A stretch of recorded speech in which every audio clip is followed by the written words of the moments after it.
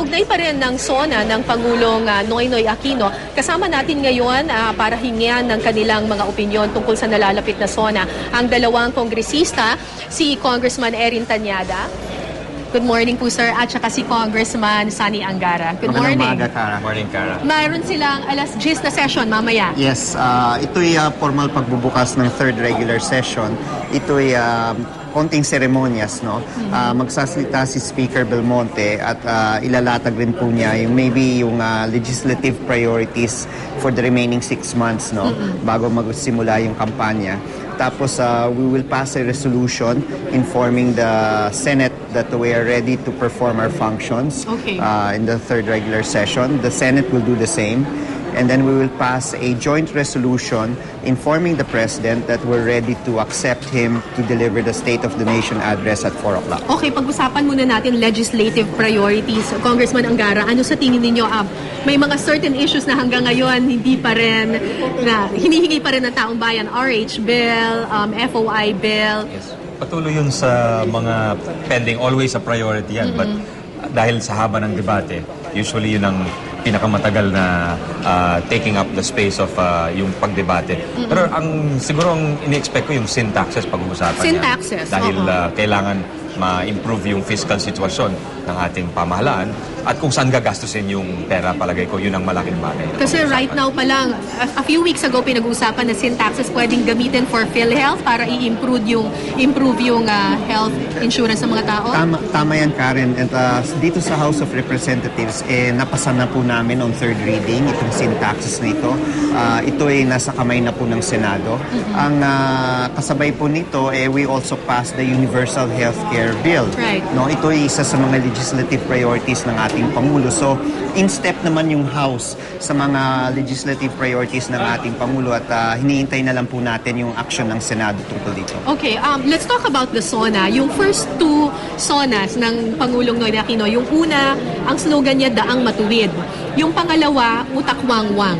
Yung wag yung mag-utak-wang-wang. So it's both anti-corruption.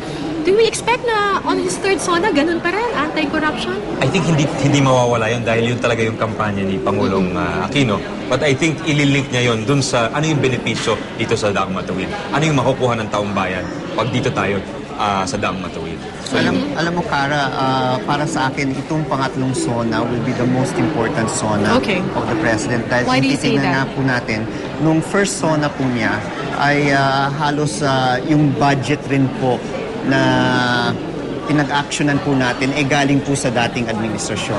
The second SONA, and we talked about the new budget, is basically his. No? So he's going to report itong third SONA, anong pinaggastusan itong budget na purely his alone. At dito natin makikita kung saan po niya gusto niyang dalhin yung ating bansa. Ang palaging batikos doon sa dalawang nagdaang SONA ng Pangulong Aquino ay palagi na lang daw sinisisi yung nakaraang administrasyon. Nung unang SONA niya, sinabi niya, ang laki-laki ng utang na binigay sa akin ng dating Pangulong Gloria Arroyo. Tapos yung pangalawa, may mga excesses, may mga bonuses, yung mga dating administrasyon pa rin. Sa pangatlong SONA, mapapatawad pa ba natin ang Pangulo Well, kung titignan nga po natin ang isa sa mga issues ng ating Pangulo good governance and accountability. Hindi natin maiwasan na meron siyang babanggitin na kinasuhan na ang dating Pangulong Arroyo sa paggastos po ng PCSO funds. And I think that's what the people are waiting for. Tinanggal po ang ating punong maestrado, which is part also of his good governance program. So hindi maiwasan po ito, pero I think it will not be stressed as much as gusto nang marinig ngayon kung saan tayo patungo. Congressman Angara. Cara, I think medyo mag-iiba yung kwento this SONA. This time. I think kung dati ang focus dun sa walang corrupt, ngayon ang focus walang mahirap.